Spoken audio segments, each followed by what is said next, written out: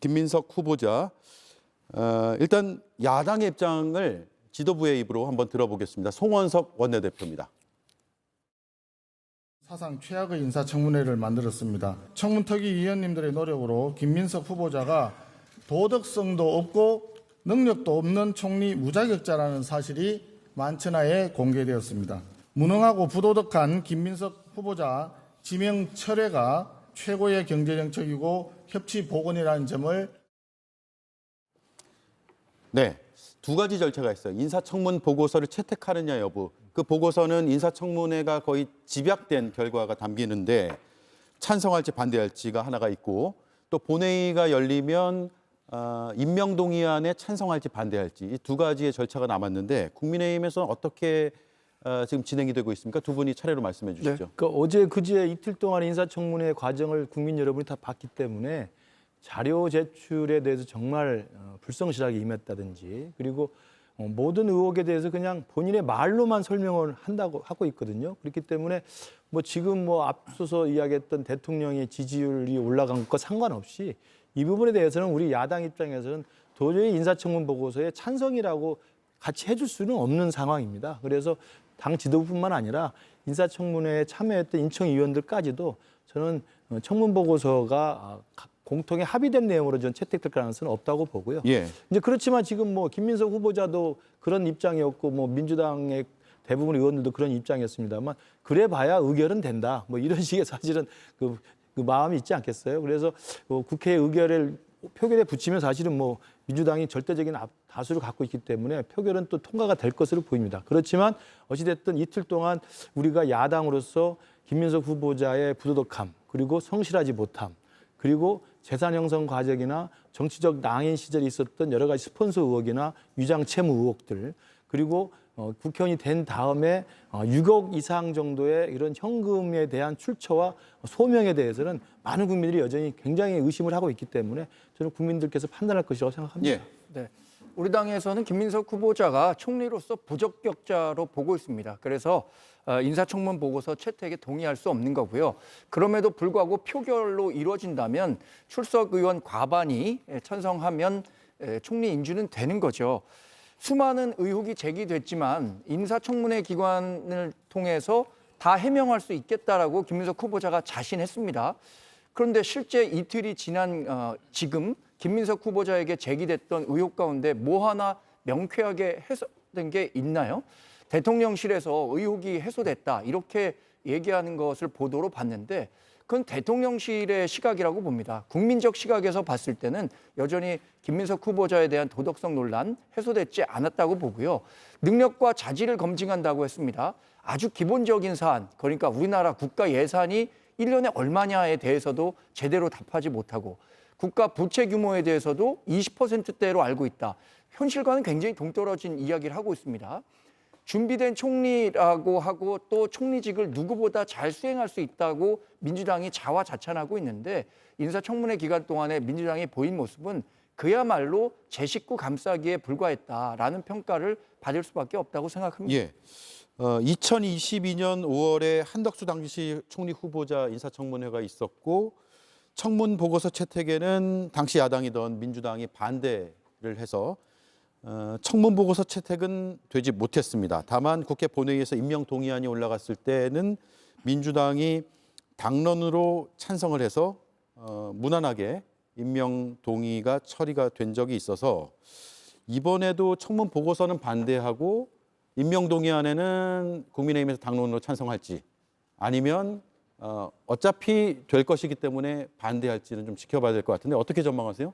두 분은? 지난 3년 전에 한덕수 총리 후보자가 그렇게 흔쾌히 마음에 드는 후보여서 저희가 표결에 참여했던 것은 아니거든요. 당론으로 찬성하고 했던 기억이 나는데 그래서 정권 초기 초대 총리라는 큰 의미가 있기 때문에 협치의 어떤 의미를 갖는다는 측면에서라도 저는 이를테면 청문 보고서도 그냥 부적격 의견을 달아서 채택하는 경우도 상당히 있거든요. 예. 그렇게 해주면 좋고요. 그리고 표결에 참여해서 당론으로 찬성해서 새 정부 출범을 좀 축하도 하고 이 정부가 어떻게 하게 됐는지는 국민의힘에서 더욱 잘 알지 않습니까? 그런 측면에서 저는 뭐 꼭 죽어도 안 되겠다 이런 생각이면 부적격 의견을 달아서 청문 보고 채택해주고 그다음에 임시국회 끝나기 전에 본회의 의결을 통해서 총리를 좀 탄생시켜줬으면 하는 바람이 있습니다. 그런데 그렇게 하지 않을 것 같은 느낌이 들어서 국민의힘이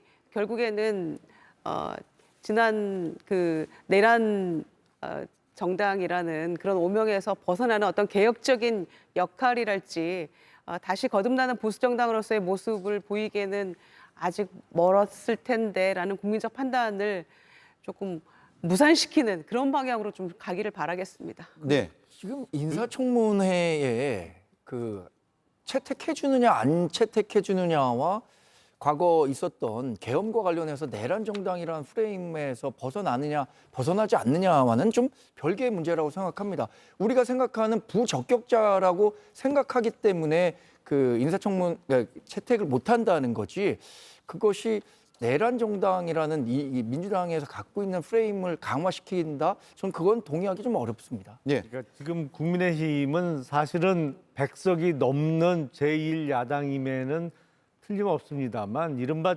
존재감이 너무 미약합니다. 그런 의미에서 어떤 투쟁하는 모습을 통해서 야당의 존재감 내지는 어떤 위력감을 보여주기 위한 소재가 필요한데 지금 딱히 싸울 만한 소재가 없어요. 국민의힘 입장에서는 어떤 정책적인 면에서도 그렇고 이번에 시정연설을 하면서 제출된 추경안에 나온 민생회복 지원금도 대선 전에 국민의힘 대선 후보도 이야기를 했던 것이고, 추경에 대해서 또 민생 지원금을 지급하는 경우에 선별적으로 좀 하자, 이게 또 반영이 됐거든요. 그러니까 15만 원부터 52만 원까지. 그러니까 달리 어떤 야당으로서의 존재감을 입증시킬 만한 투쟁의 소재가 없는데 유일하게 지금 소재로 삼을 수 있는 게 김민석 총리 후보자에 대한 반대이기 때문에 아마도 인사청문 보고서도 그렇고 총리 국회 인준 과정에서도 끝까지 반대하거나 불참하는 모습으로 나가지 않을까라는 예상이 됩니다. 예. 오늘 함께 나온 여론조사 보면 국무총리 인선 평가가 있습니다. 잘한 인선이다 45%, 잘못한 인선이다 31%로 나타났고요. 모름, 무응답이 23%나 됐습니다. 네, 이 사안에 대해서는 야당의 발언권을 한번 더 드리고 마치도록 하죠. 그러니까 이게 이제 뭐 물론 다수를 의회에서 정하고 있고 또 표결에 붙이면 통과가 될 것이라고 다 짐작이 됩니다만, 민주당에서 분명히 알아야 될 게 아까 나왔던 똑같은 여론조사입니다만 수치가 좀 다르잖아요. 그러니까 이재명 대통령에 대한 국정 지지율은 61%가 나온다. 62% 나온단 말이에요.